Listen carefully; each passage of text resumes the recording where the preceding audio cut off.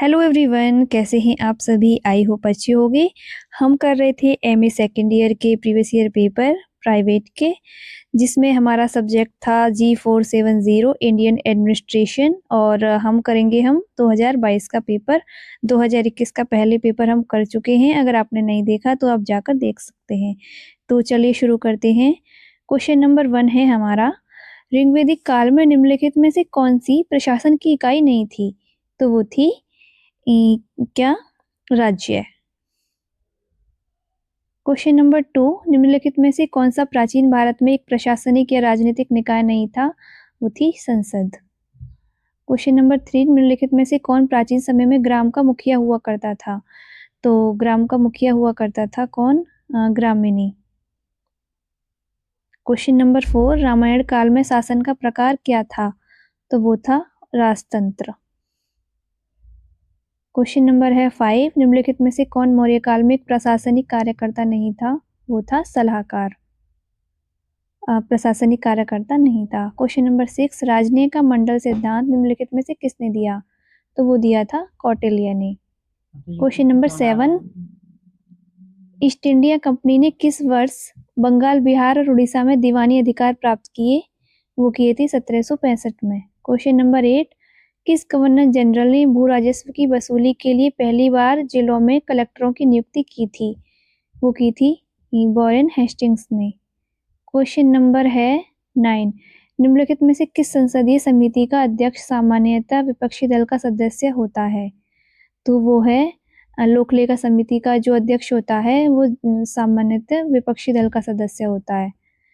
Question number है 10, निम्नलिखित में से किस गवर्नर जनरल ने भारतीय प्रशासन में मंत्रालय व्यवस्था का आरंभ किया था? तो वो किया था लॉर्ड कैनिंग ने भारतीय प्रशासन में मंत्रालय व्यवस्था का आरंभ। क्वेश्चन नंबर 11, निम्नलिखित में से कौन भारत के अंतिम गवर्नर जनरल थे? तो वो थे लॉर्ड माउंटबेटन, भारत के अंतिम गवर्नर जनरल थे। क्वेश्चन नंबर 12, किस वर्ष भारत में ईस्ट इंडिया कंपनी के शासन को ब्रिटिश सम्राट के शासन द्वारा स्थापन किया गया? तो वो किया गया था 1858 में।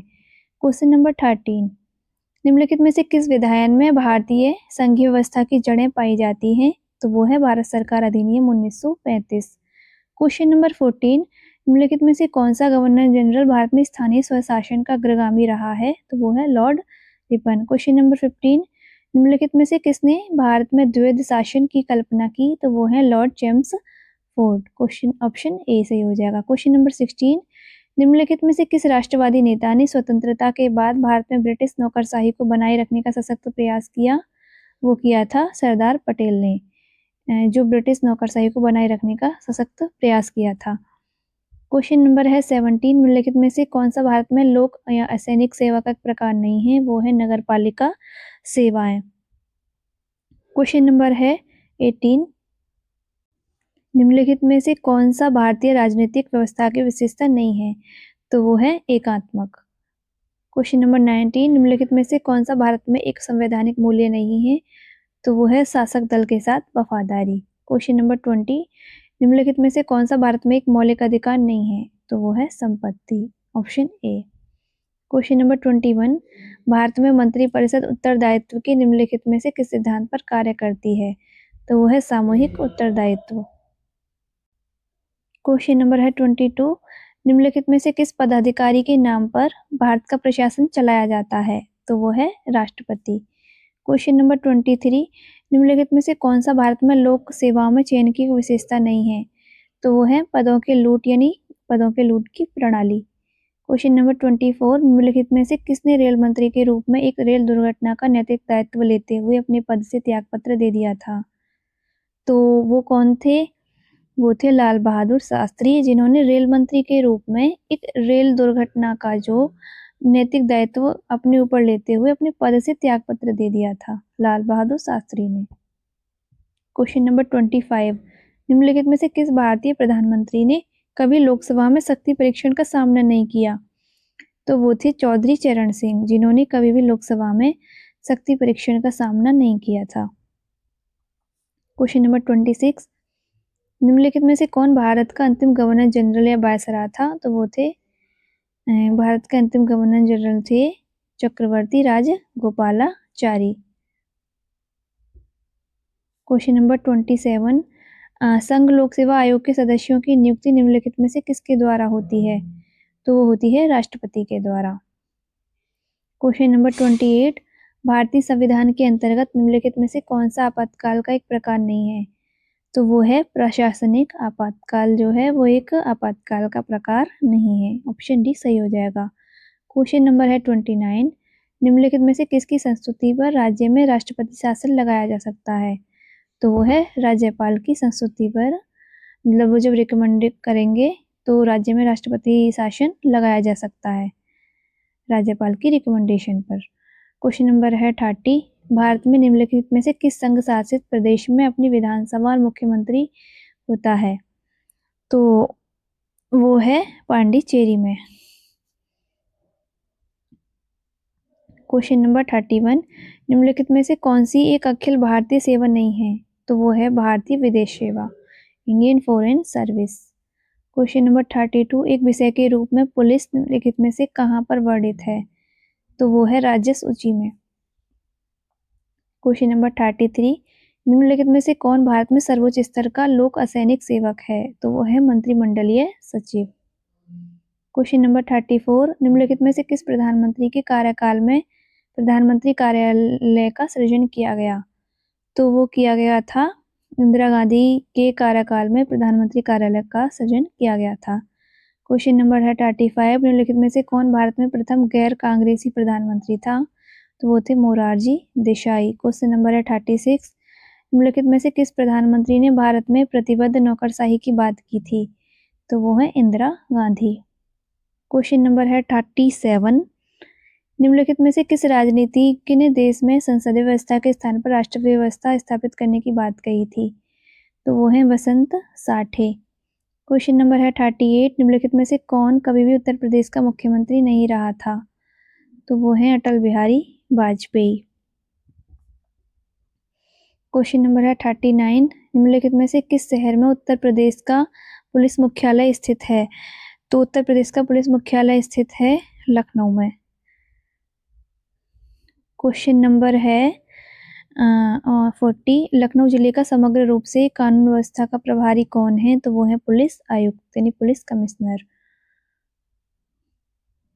क्वेश्चन नंबर है 41 निम्नलिखित में से किस प्रधानमंत्री के कार्यकाल में उच्चतर असैनिक प्रवेश आरंभ हुआ? तो वो हुआ था नरेंद्र मोदी, ये जो प्रधानमंत्री हैं हमारे वर्तमान, उनके कार्यकाल में उच्चतर असैनिक प्रवेश आरंभ हुआ था। क्वेश्चन नंबर है 42 निम्नलिखित में से किस प्रधानमंत्री के कार्यकाल के दौरान भारत में आर्थिक सुधार आरंभ हुआ था? तो वो हैं PV Narasimha Rao. Question number है 43 नीचे दो वक्तव्य दिए गए हैं जिसमें कथन और दूसरे को कारण कहा गया है। तो कथन और कारण में से हमें सही बताना है कौन सा सही है। तो कथन है हमारा भारत में एकीकृत न्यायपालिका है, और कारण है कि सारे न्यायालय आपस में जैविक रूप से जुड़े हुए रहते हैं। तो दोनों ही कथन सत्य हैं, तो ये ऑप्शन ए करेक्ट हो जाएगा कि ए और आर दोनों सत्य हैं और आर ए का सही स्पष्टीकरण है। क्वेश्चन नंबर है 44 निम्नलिखित में से कौन सा प्रशासनिक सुधार का एक महत्वपूर्ण यंत्र है? तो वो है संगठन और प्रविधि, organisation and methods. Question number है 45 नीचे दो वक्तव्य दिए गए हैं जिसमें एक को कथन और दूसरे को कारण कहा गया है। कथन है भारतीय प्रशासन में राष्ट्रपति एक रबड़ की मोहर है। कारण है उसके अधिकारों को प्रधानमंत्री को हस्तांतरित कर दिया गया है। तो कौन सा कथन सही है? तो वो है ए तो सत्य है किंतु आर क्या है हमारा सत्य है, यानी भारतीय प्रशासन में राष्ट्रपति एक रबर की मोहर, ये बात ठीक है, लेकिन उसके अधिकारों को प्रधानमंत्री को हस्तांतरित कर दिया गया, ये बात गलत है। क्वेश्चन नंबर है 46 भारत में अभी तक कितने प्रशासनिक सुधार आयोग स्थापित किए गए हैं? तो वो 2। क्वेश्चन नंबर 47 नीचे दो वक्तव्य दिए गए हैं जिनमें एक को कथन और दूसरे को कारण कहा गया है। कथन क्या है? भारत में केंद्र राज्य संबंध सदैव आदर्श स्थिति में रहे हैं। कारण है भारत एक संघीय देश है। तो इसका हो जाएगा ए असत्य है किंतु आर सत्य है। क्वेश्चन नंबर है 48 निम्नलिखित में से किसने भारत में प्रशासनिक सुधार पर रिपोर्ट प्रस्तुत की थी? तो वो है Paul Appleby. Option B सही हो जाएगा। क्वेश्चन नंबर 49 नीचे दो वक्तव्य दिए गए हैं जिनमें एक को कथन और दूसरे को कारण कहा गया है। कथन क्या है? प्राचीन भारत में प्रशासन के विषय पर एक विस्तृत वर्णन कौटिल्य द्वारा लिखा गया। कारण है वे चंद्रगुप्त मौर्य के दरबार के एक महत्वपूर्ण कार्यकर्ता थे। तो इसका ऑप्शन ए करेक्ट हो जाएगा। ए और आर दोनों सत्य हैं, आर ए का सही स्पष्टीकरण है। क्वेश्चन नंबर है 50। निम्नलिखित में से किसने भारत में सरकारी मशीनरी के स्वचालन को अग्रगामी किया? तो वो किया था राजीव गांधी। मतलब राजीव गांधी ने भारत में सरकारी मशीनरी के ऑटोमेशन को अग्रगामी किया। Question number 51। नीचे दो वक्तव्य दिए गए हैं जिनमें एक को कथन और दूसरे को कारण कहा गया है। तो कथन क्या है हमारा? जवाहरलाल नेहरू भारत के प्रथम प्रधानमंत्री थे। तो बताइए ये बात ठीक है या गलत है? कारण है हमारा वे महात्मा गांधी की घनिष्ठ सहयोगी थे। तो ये दोनों ही बात ठीक है, लेकिन अभी ये पूछा था कि कारण कहा गया है, दोनों बात ठीक तो हैं, लेकिन आर ए का सही स्पष्टीकरण नहीं है। ठीक है, तो इसका ऑप्शन भी सही हो जाएगा। क्वेश्चन नंबर है 52। निम्नलिखित में से किस प्रधानमंत्री के कार्यकाल में विनिवेश आयोग की स्थापना की गई थी? तो विनिवेश आयोग की स्थापना की गई थी अटल बिहारी वाजपेयी के कार्यकाल में। क्वेश्चन नंबर है 53। निम्नलिखित में से कौन भारत में प्रशासनिक सुधार के साथ जुड़ा नहीं रहा है? तो वो है एन.वी. गाडगिल। ऑप्शन डी सही हो जाएगा। क्वेश्चन नंबर है 54। निम्नलिखित कथनों पर विचार कीजिए कि भारत में प्रशासन की गौरवशाली परंपरा रही है। दूसरा है प्राचीन भारत में राज्य का स्वरूप अधिनायकवादी था। तीसरा है प्रशासन के हाथों लोगों को कष्ट दिया जाता था। तो पूछा है कि इसमें से इन कथनों में से सही कौन सा है? तो इसमें से केवल पहला ठीक है, भारत में प्रशासन की गौरवशाली परंपरा रही है। अधिनायकवादी यानी ऑटोक्रेटिक नहीं था पहले भारत में, प्राचीन भारत में जो राज्य का स्वरूप था ऑटोक्रेटिक नहीं था। तो ये बात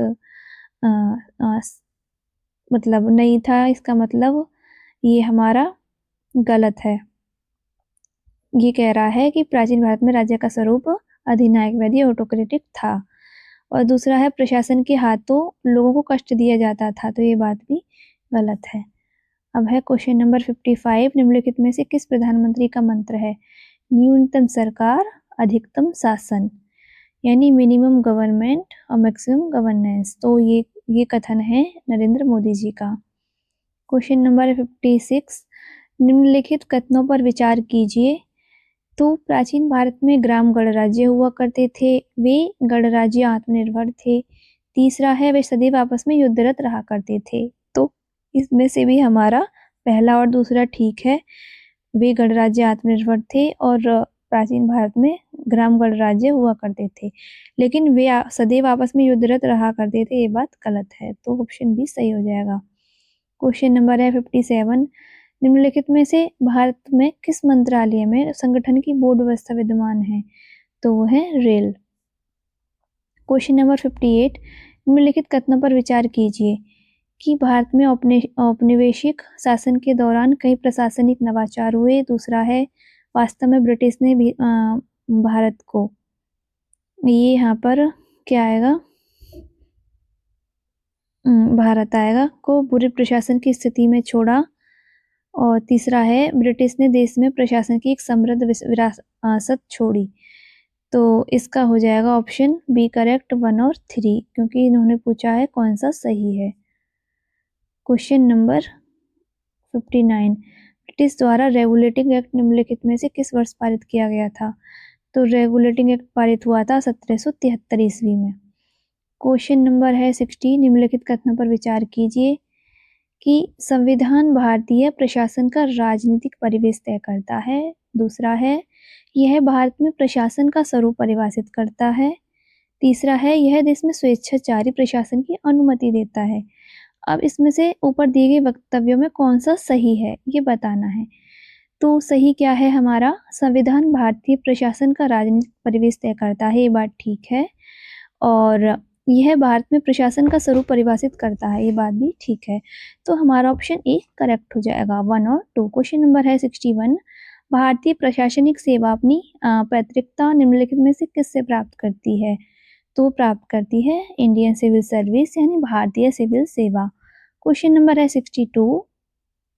निम्नलिखित कथनों पर विचार कीजिए कि भारत में उत्तर औपनिवेशिक भारतीय प्रशासन में कई ब्रिटिश विशेषताएं हैं। दूसरा है सामान्य विशेषज्ञ विवाद का उद्भव अमेरिका में हुआ है। तीसरा है भारतीय प्रशासन का स्वरूप सामान्य है। तो इसमें है कौन सा सही हो जाएगा? इसमें भी सही कथन पूछा है, तो इसमें है ऑप्शन डी, बी 1 और 3। भारत में उत्तर औपनिवेशिक भारतीय प्रशासन में कई ब्रिटिश विशेषताएं हैं और भारतीय प्रशासन का स्वरूप सामान्य है, यानी Indian administration in generalist in nature और the post colonial administration in India has a many British features. तो ये दोनों ठीक है। अब है क्वेश्चन नंबर 63। निम्नलिखित में से कौन सी भारत में भ्रष्टाचार रोधी एजेंसी है? तो वो है सेंट्रल विजिलेंस कमीशन, भ्रष्टाचार रोधी एजेंसी, केंद्रीय सतर्कता आयोग। क्वेश्चन नंबर है 64। निम्नलिखित कथनों पर विचार कीजिए कि भारत में लोकतंत्र एक महत्वपूर्ण संवैधानिक मूल्य है, और दूसरा है इसे प्रशासन के हर आयाम में निहित होना चाहिए। तीसरा है भारत असफल लोकतंत्र का एक उदाहरण है। तो भाई असफल लोकतंत्र क्यों है भारत? तो ये बात तो गलत हो गई अपने आप ही। तो पहला और दूसरा हमारे ठीक है। भारत में लोकतंत्र एक संवैधानिक मूल्य है, ये बात ठीक है। इसे प्रशासन के हर आयाम में निहित होना चाहिए, तो ये बात भी ठीक है। बाकी तीसरा अपने आप नेग्लेक्ट हो जाएगा, तो इसका ऑप्शन बी करेक्ट हो गया, 1 और 2। क्वेश्चन नंबर है 65। निम्नलिखित में से कौन मंत्रिमंडल की राजनीतिक मामला समिति के अध्यक्ष होते हैं? तो वो होते हैं प्रधानमंत्री। ऑप्शन ए सही हो जाएगा। क्वेश्चन नंबर है 66। निम्नलिखित में से भारतीय प्रशासन के किन मुद्दों पर बलवंत राय मेहता समिति ने कार्य किया था? तो वो किया था पंचायती राज व्यवस्था ने, पंचायती राज व्यवस्था पर। Question number 67। निम्नलिखित में से कौन संसद की बैठकों में सम्मिलित हो सकता है? तो संसद की बैठकों में जो सम्मिलित हो सकते हैं वो है महान्यायवादी। ठीक है। क्वेश्चन नंबर है 68। निम्नलिखित में से कौन से प्रधानमंत्री अपने विदेश मंत्री भी थे? तो वो थे जवाहरलाल नेहरू। क्वेश्चन नंबर है 69। निम्नलिखित में से कौन सा भारत में सचिवालय कर्मियों की नियुक्ति का एक सिद्धांत है? तो वो है समयबद्ध नियुक्ति व्यवस्था। क्वेश्चन नंबर है 70। सरदार वल्लभ भाई पटेल पुलिस प्रशिक्षण अकादमी निम्नलिखित में से किस शहर में है? तो वो है हैदराबाद में। क्वेश्चन नंबर है 71। निम्नलिखित में से कौन सी केंद्रीय सरकार की स्थायी सिविल सेवा है? तो वो है केंद्रीय सचिवालय सेवा, स्थायी सिविल सेवा है केंद्रीय सरकार की। Question number 72। निम्नलिखित में से कौन सा मंत्रालय भारतीय वन सेवा के अधिकारियों की कैडर नियंत्रक अधिकरण है? तो वो है मिनिस्ट्री ऑफ फॉरेस्ट यानी वन मंत्रालय।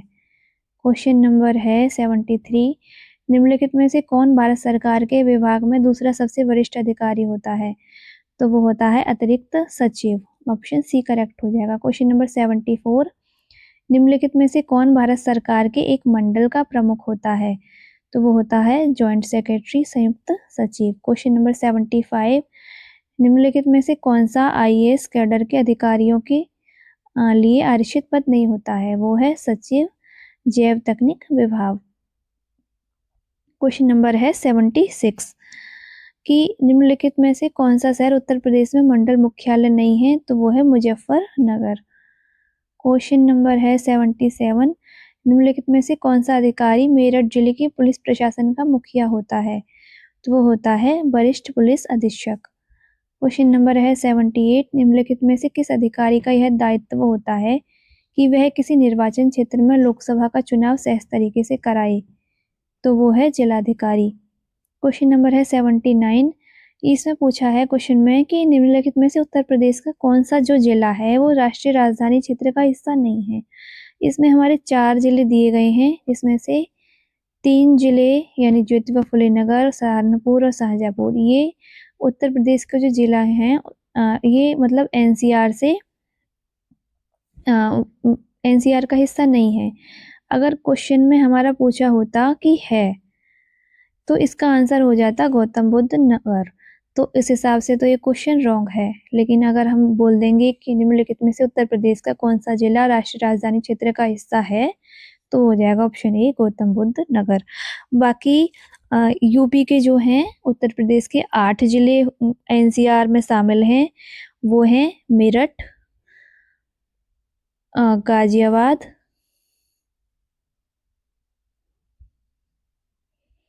बुलंदशहर और गौतम बुद्ध नगर, और फिर है बागपत और हापुड़, और एक है शामली, और है मुजफ्फरनगर। ठीक है, ये हमारे 8 जिले हैं किसका, जो उत्तर प्रदेश के जिले हैं, ये एनसीआर के हिस्सा हैं। इनको याद कर लेना 8 जिलों के नाम। क्वेश्चन नंबर है 80, भारत सरकार के किस मंत्रालय में एक से अधिक विभाग नहीं है, तो वो है मिनिस्ट्री ऑफ सिविल एविएशन, नागरिक उड्डयन मंत्रालय। क्वेश्चन नंबर है 81, निम्नलिखित में से किस राज्य में जिला कलेक्टर जिला परिषद का सदस्य नहीं होता है, तो वो बिहार का होता है, बिहार का सदस्य नहीं होता है। मतलब बिहार राज्य में जिला कलेक्टर जो है जिला परिषद का सदस्य नहीं होता है। क्वेश्चन नंबर 82, उत्तर प्रदेश के निम्नलिखित में से किस नगर में नगर निगम नहीं है, तो हरदोई में नगर निगम नहीं है, जो कि उत्तर प्रदेश का एक नगर है। क्वेश्चन नंबर 83, उत्तर प्रदेश के राज्य चुनाव आयुक्त की नियुक्ति कौन करता है, तो वो राज्यपाल करते हैं। क्वेश्चन नंबर 84, निम्नलिखित में से किस निकाय की संस्तुतियों के आधार पर पंचायती राज संस्थाओं को वित्त प्रदान किया जाता है, तो वो है राज्य वित्त आयोग। क्वेश्चन नंबर 85, निम्नलिखित में से भारत में कौन सी एक विशेषज्ञ सिविल सेवा है, तो वो है भारतीय वन सेवा। क्वेश्चन नंबर 86, भारत में सिविल सेवाओं के चयन की प्रक्रिया में निम्नलिखित में से कौन सा एक चरण नहीं है, तो वो है समूह चर्चा, ग्रुप डिस्कशन। क्वेश्चन नंबर 87, निम्नलिखित में से किस सेवा में चयन के लिए कुछ निश्चित शारीरिक योग्यता तय रहती है, वो है भारतीय पुलिस सेवा। क्वेश्चन नंबर 88, दिल्ली अंडमान और निकोबार द्वीप समूह सिविल सेवा के अधिकारियों का कैडर नियंत्रक मंत्रालय निम्नलिखित में से कौन सा है, तो वो है गृह मंत्रालय। ऑप्शन बी सही हो जाएगा। Question number 89, district administration in India नामक पुस्तक निम्नलिखित में से किसने लिखी, तो वो लिखी थी एस खेरा ने। क्वेश्चन नंबर है 90, भारतीय लोक प्रशासन संस्थान का मुख्यालय कहाँ है, तो वो है नई दिल्ली में। क्वेश्चन नंबर है 91, मुगल प्रशासन के निम्नलिखित में से किस अधिकारी के स्थान पर डिस्ट्रिक्ट कलेक्टर के पद का सृजन किया गया, तो वो किया गया था करौरी फौजदार के स्थान पर डिस्ट्रिक्ट कलेक्टर के पद का सृजन किया गया था। क्वेश्चन नंबर है 92, संघ लोक सेवा आयोग का सदस्य कितने वर्ष तक अपने पद पर बना रह सकता है, तो वो 6 वर्ष तक अपने पद पर बना रह सकता है। क्वेश्चन नंबर है 93, भारत में निम्नलिखित में से कौन सा एक संवैधानिक आयोग नहीं है, तो वो है राष्ट्रीय मानवाधिकार आयोग। क्वेश्चन नंबर 94, भारत में सिविल सेवा के निम्नलिखित में से किस पक्ष पर कोठारी आयोग ने अपनी संस्तुतियां यानी रिकमेंडेशन प्रस्तुत की थी, तो वो है रिक्रूटमेंट प्रोसेस चयन प्रक्रिया के पक्ष पर। क्वेश्चन नंबर है 95, निम्नलिखित में से किस सेवा के सदस्यों को भारतीय प्रशासनिक सेवा में पदोन्नत होने का अधिकार होता है, तो वो है प्रांतीय सिविल सेवा। क्वेश्चन नंबर है 96, निम्नलिखित में से किसी लोक प्रशासन की जवाबदेही सुनिश्चित करने का अधिकार नहीं है, तो वो है एनजीओ यानी गैर सरकारी संगठन। क्वेश्चन नंबर है 97, निम्नलिखित में से कौन सी भारतीय संसद की एक समिति नहीं है, तो वह है लोक उत्तरदायित्व समिति। क्वेश्चन नंबर है 98, निम्नलिखित में से कौन सा पंचायती राज संस्थाओं का एक कार्य नहीं है, तो वो है उच्चतर शिक्षा। क्वेश्चन नंबर है 99, निम्नलिखित में से उत्तर प्रदेश में कौन एक राजपत्रित अधिकारी नहीं होता है, तो वो है ग्राम सेवक। उत्तर प्रदेश में एक राजपत्रित अधिकारी नहीं होता है। क्वेश्चन नंबर है 100, बंगाल में किस वर्ष में पहली बार मंडलायुक्त के पद का सृजन किया गया था, तो वो किया गया था 1829 में। तो ठीक है फ्रेंड्स, हमने 2022 का पूरा पेपर सॉल्व कर लिया है G470 का। अब करेंगे हम नेक्स्ट पेपर 2023 का नेक्स्ट वीडियो में। तो थैंक यू।